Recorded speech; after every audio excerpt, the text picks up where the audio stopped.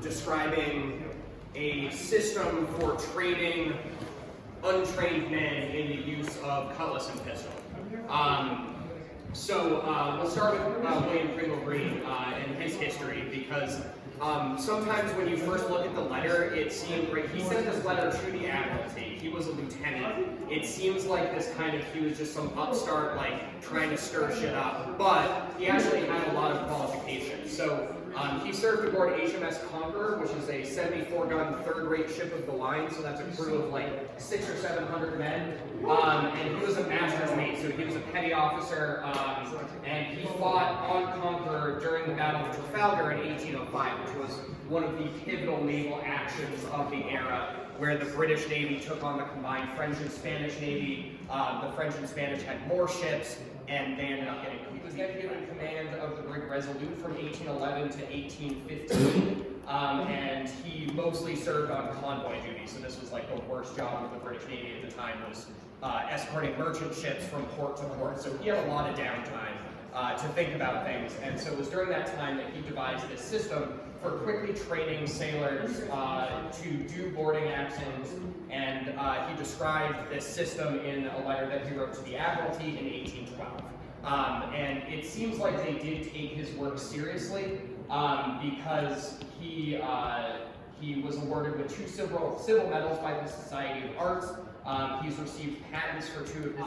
The other problem is with a wooden handle at sea, it's going to expand, it's going to shrink, and it would crack and break very, very frequently. So the cast iron handle became the standard. The sea service pistol was about this big, and it had it was about 20 inches long. I think had a 12-inch barrel. It weighed 2.5 pounds.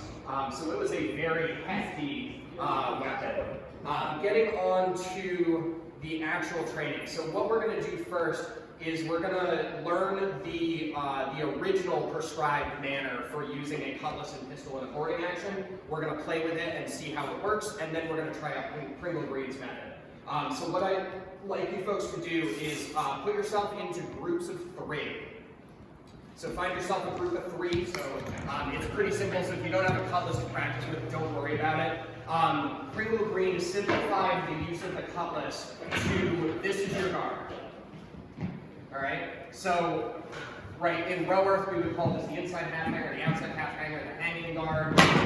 But you don't do inside or outside guard. The reason, if you go like this, you're going to be dead already. Right. So you're just going to run on board and you're just going to do whatever. Okay. So. Fire the pistol, drop the pistol, draw the cutlass to defend yourself and dispatch your enemy. Right? If I am boarding this enemy ship, Dustin is in the front. Yep, so this is my ship, that's his ship. Dustin is in the front, give me a little space just to give me a fighting chance.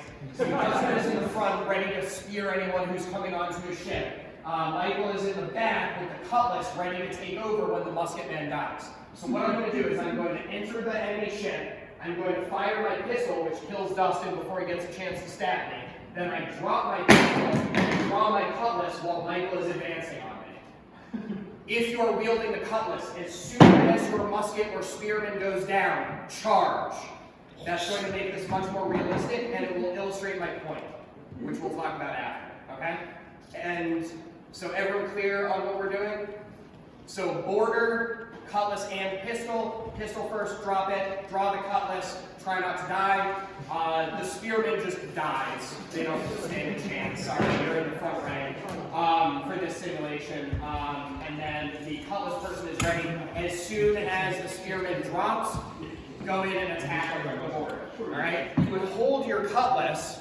You would then climb onto the enemy ship using your left hand like before, but now you can defend yourself with the cutlass while you draw your pistol, fire your pistol, and then instead of throwing it away, because this is a very useful weapon, even once it's discharged, we can flip it around and use it as a shield on our forearm, because again, our opponent is just going to come in with vertical cuts. So if Murphy comes and attacks me as a silly sailor, right, I just catch it on the pistol and kill it.